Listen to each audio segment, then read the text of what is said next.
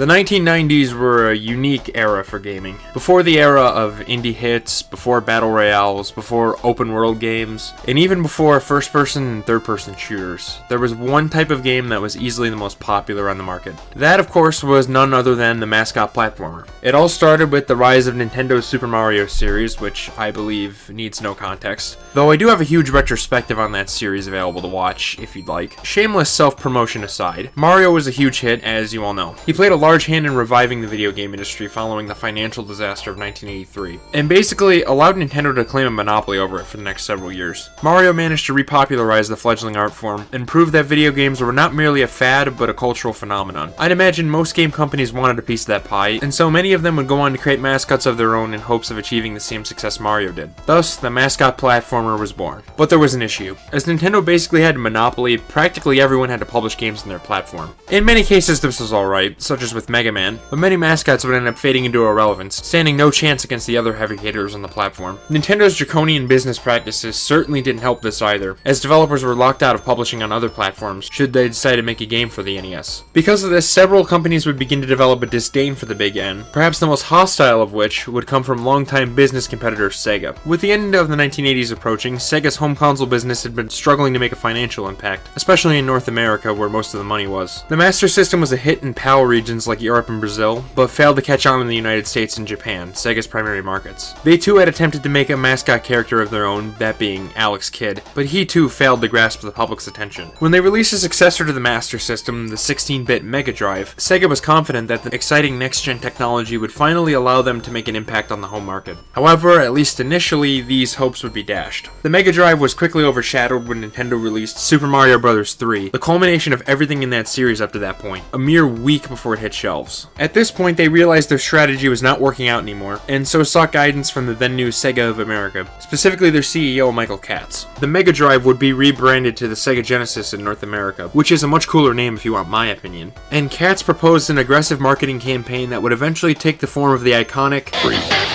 What Nintendo? An absolute marketing classic if you ask me, even if the campaign ran well before my parents were even married. Anywho, while this campaign ended up being marginally successful, it wasn't quite enough to make the Genesis a runaway mainstream hit just yet. While it had some pretty decent arcade ports and neat new visuals, it lacked a killer app that would really allow it to soar. So Sega went back to the drawing board. They knew trying to make a 16-bit Alex Kidd game would be a waste of time and money, since the mascot had proven to be a failure, and so held a character design contest for a mascot to compete against Mario. Their winner would end up being none other than artist Naoto Oshima, who had drawn a teal hedgehog with red shoes. This character would be paired with a tech demo created by programmer Yuji Naka, who had created an efficient algorithm to accurately track a sprite on a smooth curve using a dot matrix system. If you don't know what that word salad I just said was, yeah, don't worry about it. Essentially, he made it so a character could smoothly travel up and down slope surfaces without the console crapping itself. This tech demo had a focus on speed, inspired by Naka's time trying to play Super Mario Bros. Levels as fast as he could, and featured a mechanic where you could roll into a ball to go faster. Starting to sound familiar? Seeing this prototype and new character as a perfect match, Sonic the Hedgehog was officially born, complete with a personality inspired by Bill Clinton's can-do attitude. With a new CEO for Sega of America, Thomas Kalinske, and a brand new 4-part plan, which included slashing the Genesis's price, the creation of an American development team, continuing the aggressive marketing, and replacing Altered Beast with Sonic the Hedgehog as the system's pack-in, Sega was primed and ready to give the Genesis new life. And it worked. Wonderfully, actually. The Genesis would go on to outsell the Super Nintendo, Nintendo's entry into the 16-bit generation, and would lead sales for 4 consecutive Christmas seasons. No doubt, the most significant factor in this success was none other than Sonic. Kalinske was right in packing it in with the console, since it was an exciting, unique game that you can only get on Sega's back computer-looking machine, to the point the marketing term blast processing was coined to describe it. Sonic was unbelievably popular, and it was for a multitude of factors. He would go on to spawn one of gaming's most iconic franchises, and for the first time ever, gave Mario a real run for his money. Get it? You get it? You get the joke. On top of that, he caused the mascot platform to surge in popularity, and every company would try to capitalize on the success. Safe to say, Sonic was a phenomenon and cemented himself as a video game legend. If you are as into video games as I am, I'm sure you know this stuff already. Sonic is just that legendary. Last time I covered him on this channel was several years ago, in some crusty, old, poorly aged videos on some of the later entries in the series. I wanted to talk about Sonic again for a while now because cat's out of the bag. It's one of my favorite series, and I find the act of doing so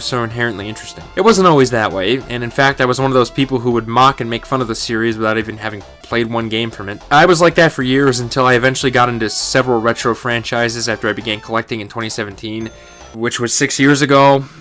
What? Anyway, at first it was just classic Nintendo consoles, until late the next year when I expanded my horizons. I got my hands on a Genesis and finally decided to give Sonic a fair shot. I started with perhaps the most fitting game, the one that started it all, Sonic the Hedgehog, and I was roped in. Even as an edgy high schooler who made fun of a lot of things, Sonic managed to grab me and win me over in a way not many other franchises could. I managed to beat the game within a few days despite never having touched a Sonic game before then, and was inspired to check out the rest of the Genesis games in the coming months. By the time I had gotten to some of the later games, I'd officially declared myself a fan of this series. So, why don't we take a look at it? Yeah, Sonic is probably one of the most over-reviewed game series on the planet, and basically everyone and their mother has gone over it in some way. That being said, I still want to talk about it. One, well, because those crusty old videos I mentioned only covered a small part of the series and have aged really badly alongside that. And two, because Sonic is fun to talk about. I mentioned him in basically every one of my videos regardless of subject matter, so why the hell not? Before I begin though, I have some quick things to establish. I'll only be discussing Sonic's platformers, at least for right now. Basically what I did for Mario. If the game's a platformer, is not a collection, and either stars Sonic as a playable character or was developed by Sonic Team, I'll most likely cover it at some point. Also, this series is huge, even more so than Mario, and there's probably going to be way more for me to talk about. I also haven't finished or even played many platformers in the series, and some I don't even own, so videos will probably be less frequent than Mario. Pretty much, don't think of this as a strongly ongoing marathon, but rather a loose retrospective that I'll make a new episode of whenever I can, or when I feel like it. With that said, let's go back in time to 1991 and kick this thing off with the Sega Genesis classic, Sonic the Hedgehog.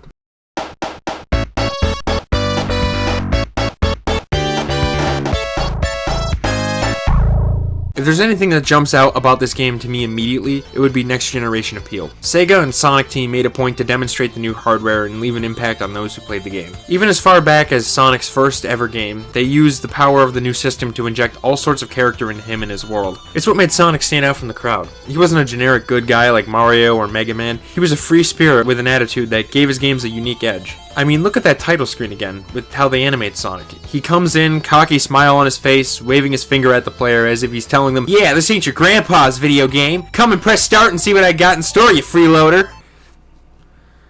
Okay, maybe I'm looking way too deep into this already, but it's so cool to see a game from this era have so much personality in it. Look no further than Sonic's idle animation, where he impatiently stares at you and the watch he doesn't have, all the while gesturing for the player to get a move on. He doesn't have time for this nonsense, he's gotta roll around at the speed of— okay, literally for that one, forget I said anything. Suffice to say, I find Sonic as a character to be compelling, much more than your average platformer protagonist. So anyway, what's going on in this game? Well, much like any other game from the 16-bit era, it's fairly simple and all in the manual. On a drifting island in the sea known as South Island, a mad doctor by the name of Dr. Ivo Eggman Robotnik shows up and starts causing trouble for the local wildlife. He's searching for the miracle gems known as the Chaos Emeralds, which are said to have enough power to allow someone to take over the world. Robotnik, or Eggman as I'll probably call him, because I'm one of those weirdos who prefers that name, captures animals from the island and uses them to power robotic shells known as badniks. Sonic, hearing about the developing situation, rushes over to the island to put a stop to Eggman's menace, rescuing the animals while he's at it. So yeah, seems fairly simple, but there's a few other things I'd like to note. First, Dr. Eggman. This guy's awesome. He's probably one of my favorite gaming villains, alongside someone like Dr. Nefarious. His design was inspired by a doodle of former US President Theodore Roosevelt, as well as walrus tusks for his jacket.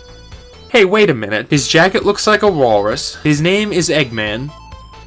Dude's straight up a Beatles reference. How cool is that? Anyway, I think Eggman is the best gaming villain. He's a perfect mix between comedic and menacing. His design is goofy and his antics silly enough for you to get a good chuckle out of him, but when you really stop and think about it, this guy really is evil. He kidnaps innocent animals and uses their life force to power his automatons, and also has no concern for the environment at all. He selfishly wants to take over the world and transform it all into his empire, so that he can go down in history as its greatest emperor. A despicable menace in every sense of the word. Naturally, Sonic, being such an upstanding guy, opposes Eggman at every turn, using his speed and strength to counter his industrial might. Emphasizing this dynamic is how every boss you face is with the Doctor himself, so he's actively involved with the game from beginning to end, instead of being like Bowser and just sitting in his castle the whole time or whatever, and then at the end being like, "Oh, I guess you beat me now, Mario." Now granted, most of these bosses are fairly mediocre, as they usually are in platformers, but the detail's there. It's entertaining seeing all the different plans and contraptions he uses to try and stop Sonic, such as the iconic wrecking ball or the spike to destroy the ground Sonic's standing on. Second, and what I was saying there kind of leads into into this, the whole nature versus industry theme the game's got going on.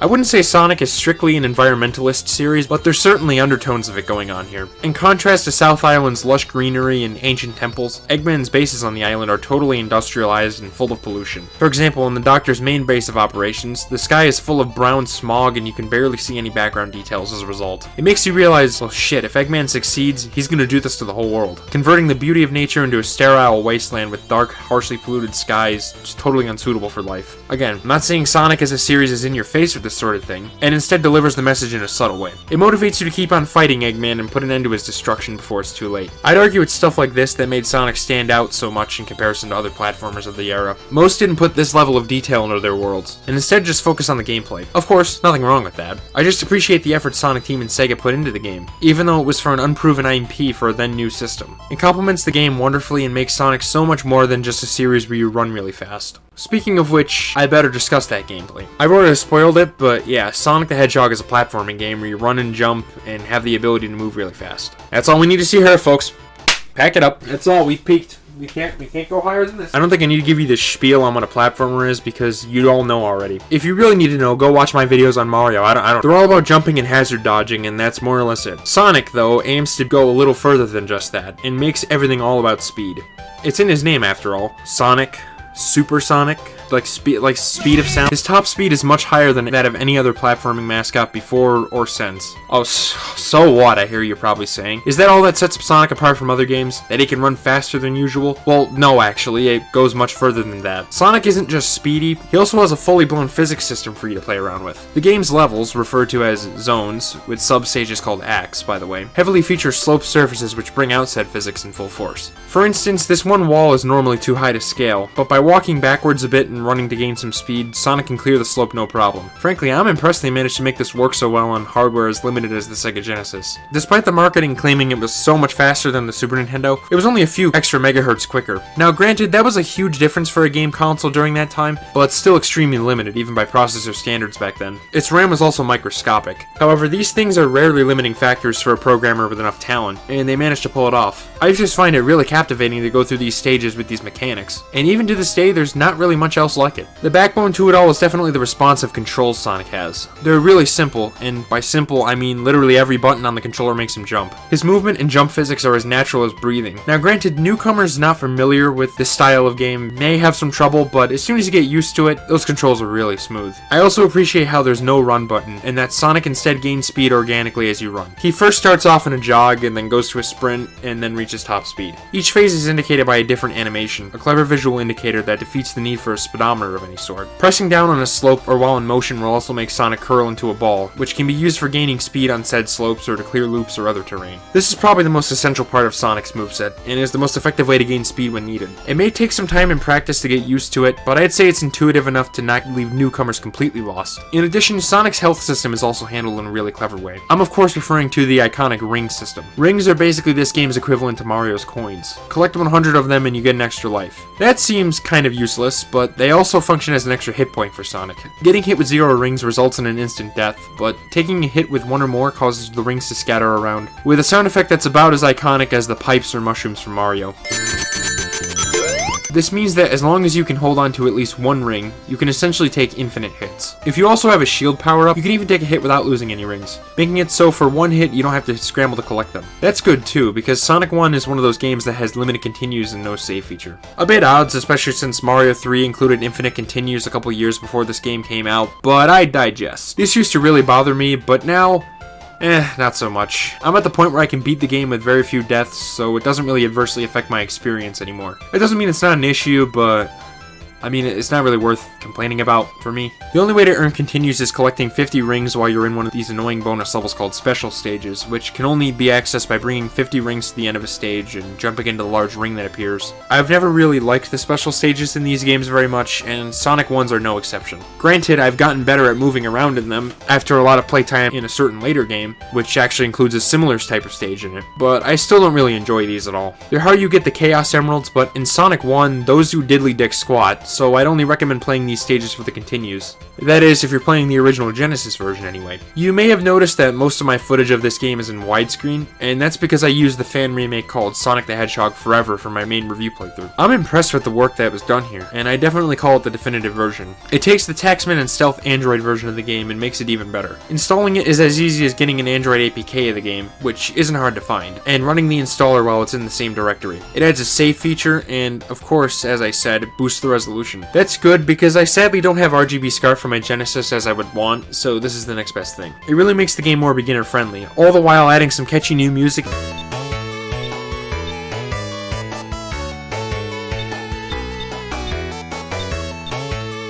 and highlighting the game's visual strengths. Which, by the way, that reminds me, Sonic the Hedgehog has some really dang good aesthetics. Yeah, I know, that transition sucked donkey balls, but shut the fuck up, alright? In any case, this game looks and sounds great. Like any other Genesis game, its graphics are sprite-based and feature nice, sharp pixels, especially if you're able to use RGB SCART or the re-releases, or an emulator. The sprites and environments are detailed, colorful, and even makes use of some neat visual effects, namely the parallax scrolling, something the Genesis is great at. The game also runs at a silky smooth 60 FPS, which I get is normal for game consoles back then, but it really works wonders for such a speed and physics-based game. On Genesis, the frame rate can dip if you take a hit with a lot of rings, but that's about it. Additionally, the art direction is supremely well done. Each zone has a unique look to it, such as the lush green plains and gorgeous deep blue waters of Green Hill Zone, the shiny, futuristic city of Starlight Zone, the fiery ruins of Marble Zone, and the intimidating industry of Scrap Brain Zone. Also, special mention goes to Spring Yard Zone, which is basically the first ever pinball level in the series, which would end up being one of its most iconic tropes. My least favorite looking stage in the game is definitely Labyrinth Zone, since I find its light brown ruins kind of boring to look at, but that's the worst I can say about it. I just like looking at these levels, and they're really engaging and pleasant to the eyes. Also, I love how floating platforms aren't just blocks in the sky for no reason. They actually try to ground them in the level's aesthetic and make them fit into the environment. Sonic's environmental art design is just inherently appealing to me. I don't really know what else to say. Another thing I really love is the character designs, including the Badnik enemies. Eggman, as well as Sonic himself, are definitely the highlights. Eggman is a short, overweight mad scientist with a goofy mustache and over-the-top red jacket. That's part of the reason why I prefer that name for him, since it fits with his portly physique.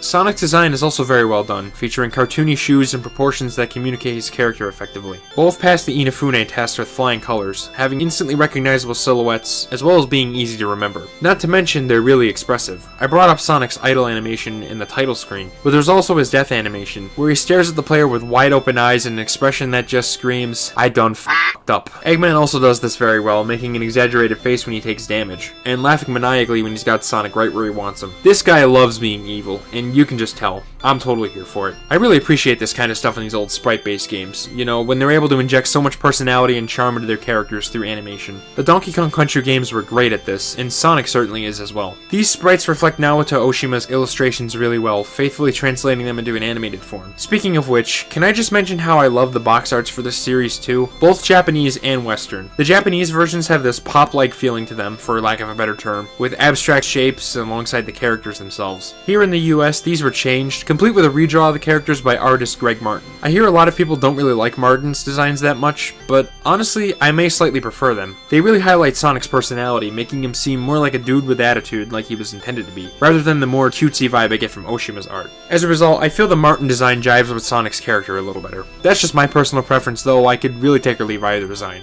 It's really inconsequential at the end of the day. The Badnik enemies also make a memorable cast of mooks to fight. They're all based on animals of some sort, almost like Eggman's taunting Sonic. For example, you have the crab meat, which tosses small fireballs with its claws, Motobugs, which use their wheel to move around and hit Sonic, Caterkillers, which can only be damaged from their head, Buzz Bombers, which fly in and shoot a projectile at Sonic, or Orbinauts, sea urchin-like robots that toss spiky balls at Sonic when he's underwater, among others. Each one shakes up the gameplay in fun ways whenever you face them, and a large part of what makes them so memorable is, again, their well-done designs. I love the idea of fighting robotic animals, and how creative they get with it. The aforementioned Orbinaut is probably my favorite, since it's so unique from the rest. Also, points for creativity in making it a sea urchin, that's pretty neat. In general, Sonic 1 just has some really good visuals and art design, and I find it really pleasant to look at. Out of all the Sonic series aspects, however, perhaps the most famous is the music. Yeah, ask anyone what they like about this series, and if nothing else, they'll probably say it has some really damn good soundtracks. I'm inclined to agree, but I'll go one step further. The Sonic series has my favorite collection of OSTs from any video game series, full stop.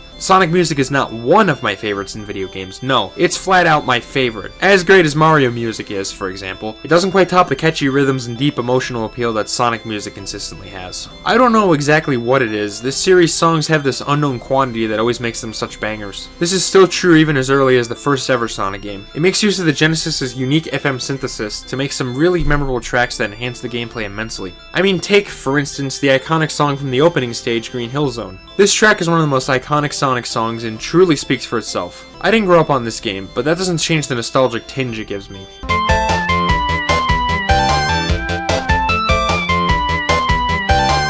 See what I mean? I'd easily say that Starlight Zone is my favorite song in the game though. It's catchy, has a surprising amount of emotion, and just makes me happy when I hear it.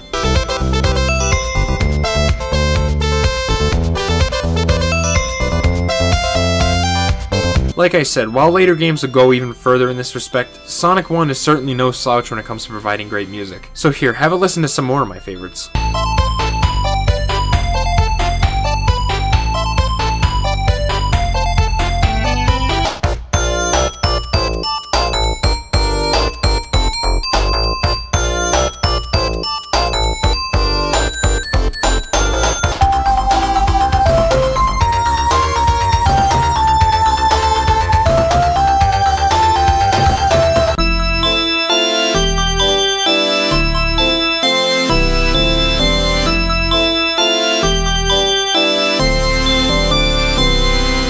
Yeah, I basically showed every song in the game. Unfortunately, the track list isn't that large for Sonic 1, but honestly, I don't think that's a problem at all, because regardless, the tracks we have are stellar stuff. As for the actual levels themselves, well, I'd say they're solid overall, but you can certainly tell it's the first ever Sonic game.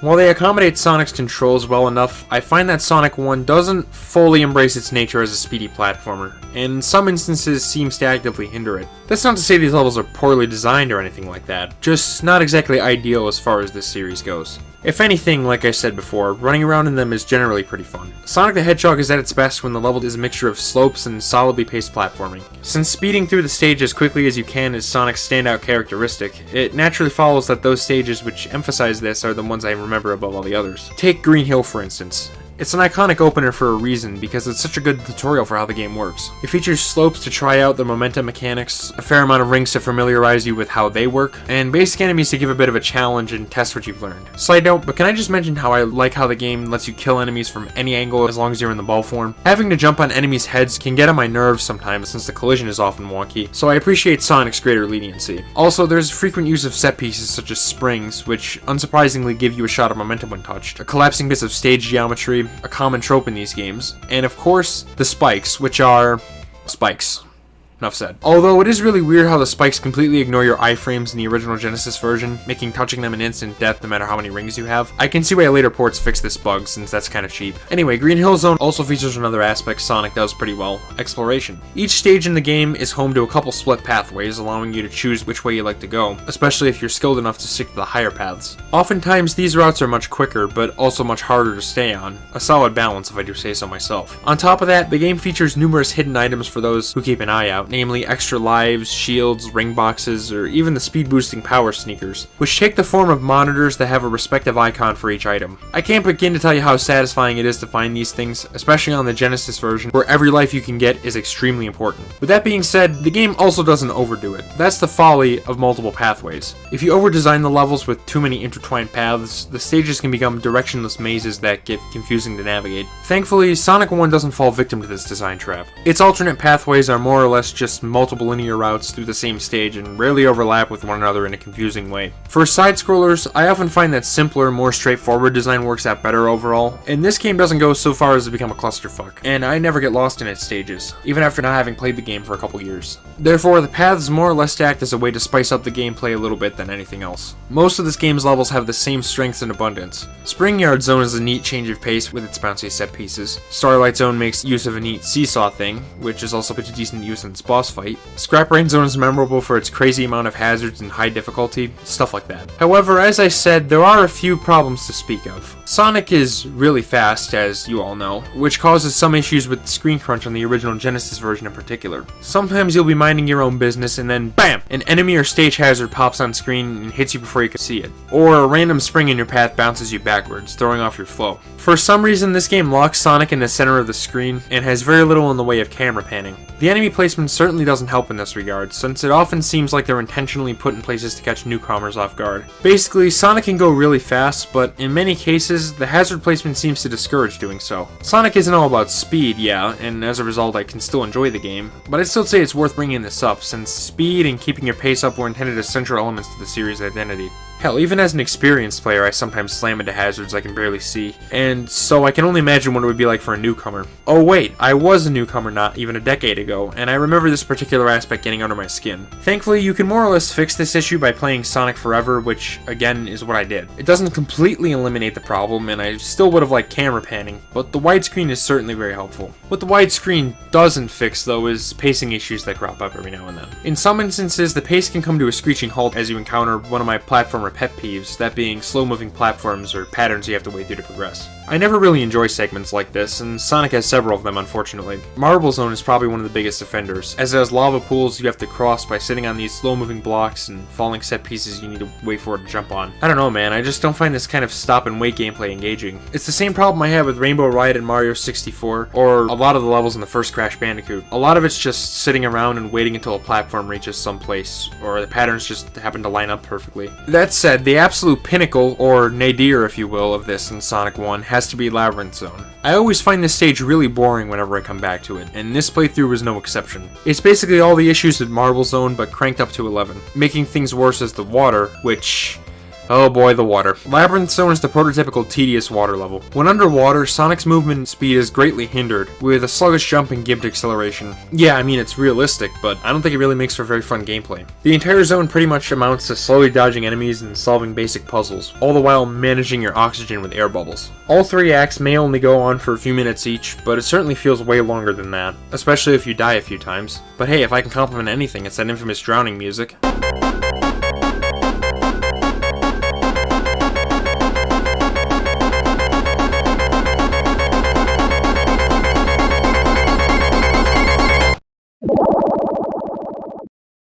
Sheesh, you think they would think that was too scary for the kids? Actually, they're monsters. They kind of deserve it. In any event, Sonic eventually makes it to Eggman's base, Scrap Rain Zone, and this place is criminally insane. Bottomless pits, spinning platforms, moving bits of stage geometry, fire, Tesla coils, and all sorts of other stuff litters the place. And that's only the first act. The second one, which takes place inside Eggman's mechanical fortress, also has these weird spinny orbs that Sonic can essentially gravitate to, pneumatic tubes that shoot him all over the place, and of course, gigantic menacing saw blades that are often placed above conveyor belts. Oh yeah, and these pig things. They chuck bombs. That's cool. Well, it doesn't matter, because we've also got big-ass spike balls that are also fairly easy to avoid. Huh, well, this one was way easier than I remember it. Well, time to go take Eggman down once and for... oh, for the love of God, what kind of trick does the doctor have this time?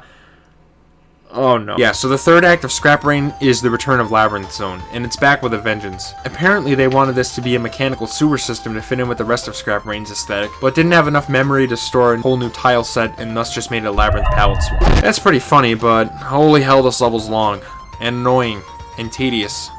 Did I mention that it goes on forever? On one of my earliest attempts to beat this game, I made it all the way here, and was basically roadblocked by this part. It starves you of oxygen bubbles, forcing you to traverse this long underwater section while on the brink of drowning. And I swear, right near the end, there's also this one part that, no joke, I got completely lost on during the aforementioned attempt. Completely losing all my lives and having to start over because of, actually. I sincerely doubt I would have ever been able to beat this game, or at least I wouldn't have been able to as quickly as I did, if it wasn't for the handy-dandy alternate path system. If you can squeeze through the gaps path between this one piece of the ruins and a wall after pressing the button to make it descend, you'll gain access to a shortcut through the level. It takes no more than a few minutes and is far more forgiving. Now, I'm not sure how anyone was meant to figure that out on their first playthrough, since the path's entrance looks like a guaranteed death by Crusher, but thank God this is here regardless. If you're having trouble with this stage, this is what I'd recommend doing. Just be careful not to fall into any pits because they lead down to the longer path. Once you're through that, it's finally time for the face-off against the Doctor himself. It's a fairly simple boss, although notably more challenging than the rest. I mean, that makes sense. I mean, it's the final boss. It's all because you have no rings, so getting hit means you instantly die no matter what. That could be a potential problem for someone on the Genesis original, where there's limited continues and dying too much means starting from square one. But here in Sonic Forever we have a save feature, so no stress. In this fight, Eggman shoots out electric surges at you, which have variable spacing. They come down and try to hit you, and you'll have to jump over them to avoid dying. After this, the Doctor engages a few hydraulic presses in an attempt to crush you, one of which he appears in, your chance to land a hit on him. 8 hits and he goes down. A very simple and arguably even rudimentary fight to end the first Sonic game on, but I remember it because of the moment. You've been chasing Eggman all game, and now you can finally show him who's boss. The music really helps with this, evoking a fitting feeling of a tense struggle between two bitter adversaries.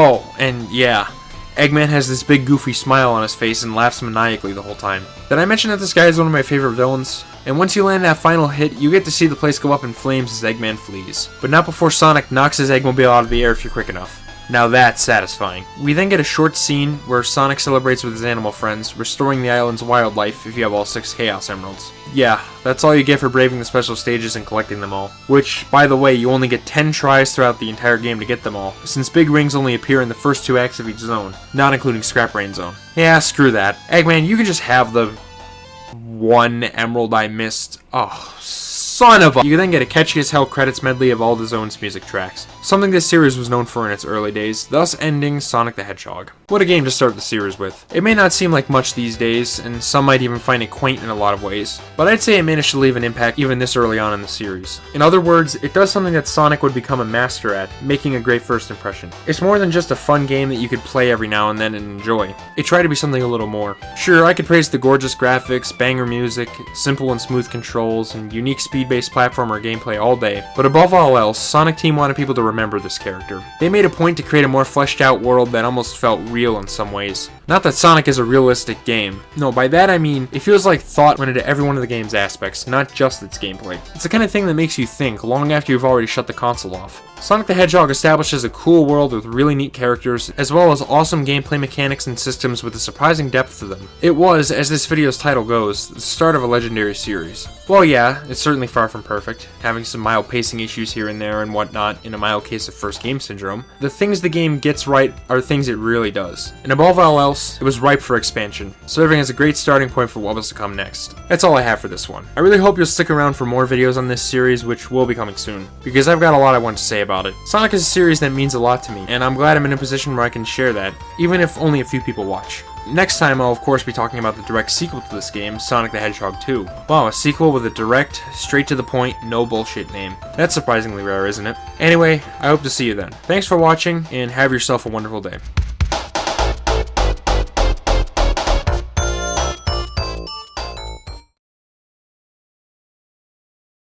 You big loser!